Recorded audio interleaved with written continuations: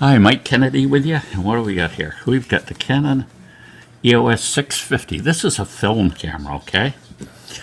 Now, this came out in 1986, and it was manufactured for about 2 years. Of course, back then, cameras were coming out with new features all the time, so that the models were changing quickly. Now, what's interesting about this camera is this is really the first autofocus film camera that was going to be used by professionals.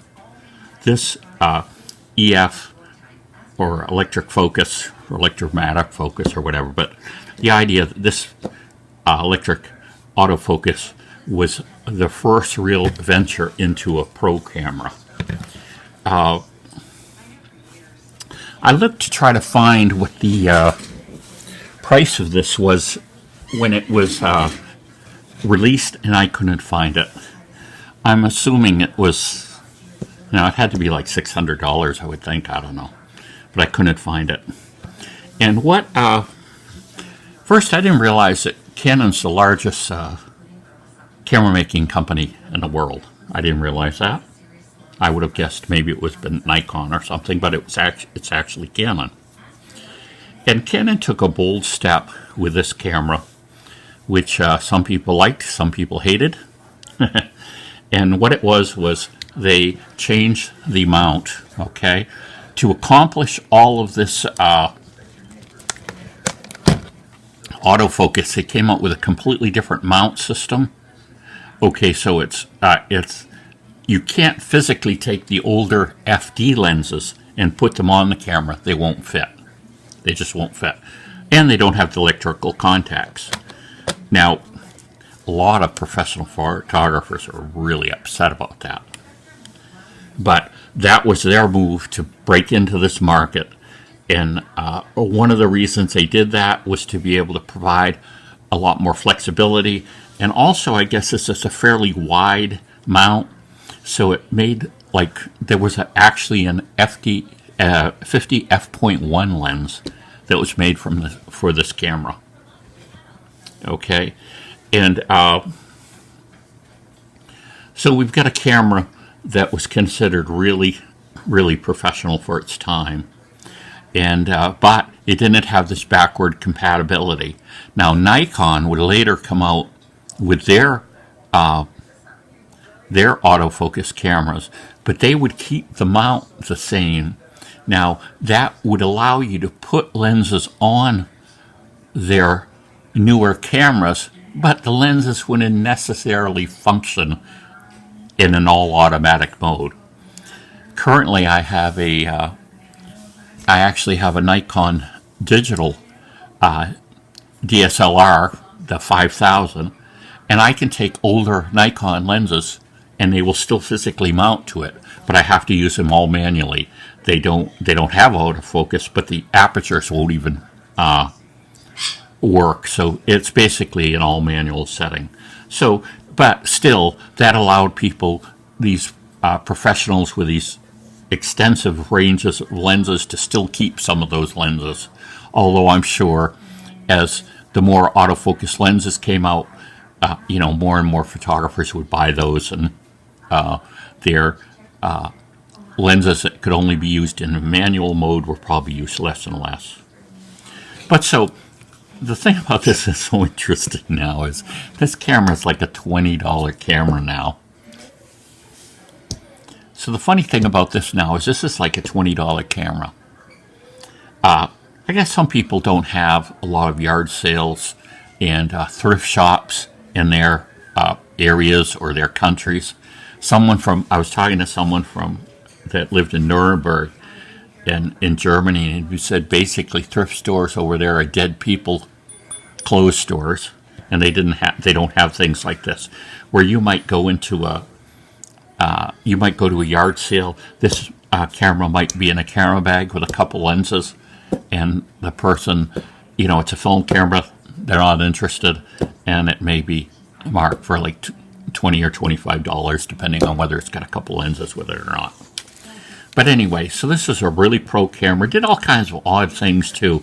I guess one of the drawbacks of it is it had, this being the first, the autofocus wasn't, super compared to, the autofocuses we have now. And two, it's a single point autofocus, which means it just looks for center point in the frame, and you have to aim it on that. And so there may be a case where you have to move things around. Now we have multi-point focus, and that was introduced in later film cameras, and of course reached high level of ability once we got into the digital cameras themselves that no longer use film. And so what I've thought, I've decided to take some of the older cameras out. I actually had some older style film. This is called Fomopan. And I bought this recently. This isn't date, but it's an older style film. And what do I mean by that? It's older technology. In other words, this film is made more like what film in in the 70s and before was made like. Okay, it's an older style using older technology. It's before a lot of improvements were put in with grain size technology and all kinds of different technologies. And so this is an older style film. And this is actually made in the Czech Republic. Okay? And so I just wanted to try some of this. I've read about it. I saw it in the store, so I wanted to try it. And actually, if I was going to pair these up as a period, this is way earlier than this. I originally wanted to do it in one of my earlier Canon cameras, but it didn't work. So here we go. So let's see what we've got here. We've got the film. Oh, we've got some nice little instructions. If we rip the box open here, we've got some instructions here about the film. We've got a plastic canister. And oops, here's a problem right here. Look at this already. If you notice anything different about this, if you do film a lot, you'll know right now that this isn't DX coded. Okay? This camera is made to set the ASA of the film. You can tell how familiar I am with this. DX coding was a system where you see all these metal contacts here. Well, there were parts of the film that were painted or cleared off, and what that would do would mate with the roll of film, would tell it the film speed, tell it what type of film it was, and tell it how many exposures it was. So none of that information is on here, which is interesting. So I'm going to have to look in the manual for this, which I've downloaded off the internet, to determine how to set the film speed. And I believe there's a little door back here that allows me to do that. Yep, there's autofocus and ISO setting, so I'm going to have to look into that to see. So this camera can do an extensive amount of things. One of the things it can even do is, say you're taking a picture of a cow in a field, right? And you want to make sure the cow's in focus, the background's in focus. Well, you could actually have this check the two focus points, and then it would determine the F number and the actual distance to set. It does other things too as well. But, so anyway, this is what I'm going to give a try to using this this Canon camera. I'm going to run this roll of film through it over the next, probably 2 or 3 weeks. And then I'll come back with a video actually showing the prints. Now I happen to also have, as Canon made more cameras, I just happen to have another lens that was actually made for a different camera, but it's an EF one and it fits. So this is the 28 to 80. This one's an autofocus lens also. They would later, of course, come out with image stabilization lenses as well. So this is just adjusting the focus correctly, but it's not taking care of the shake of the camera, which is going to be something that's going to be incorporated in all basically any camera later on. So there we go. I'm going to read into this a little bit to figure out, well, let's just put it in anyway. And I can set the film speed later. But just to show you how we load it, we've got our kind of double button system here.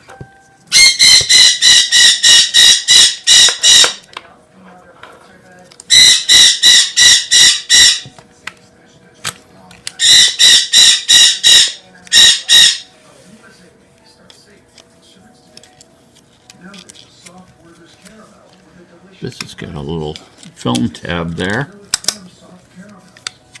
So normally you would put it past here so that you would get the engage the sprocket holes. Then we turn it on, and the first oh, there you go. What do you know? It set the film speed right. It did know it was 400 film. Great. So maybe I was wrong. Maybe that had the DX coding, even though it didn't look like it. Maybe they had that coded into it after all. But there we go. So we're going to have some fun shooting with this, finding some different things. We've got the 50 1.8 lens prime lens that came with us. And then we've got probably this, I would say this probably a little less expensive, maybe a little bit later lens. The 28 to 80 Canon EF lens, which is it's got that Roman numerals 2 on it, but still it works autofocus. Will give me a little bit of a wide angle, a little bit of a telephoto. So there we go. Let's try it out, and we'll be back with some pictures.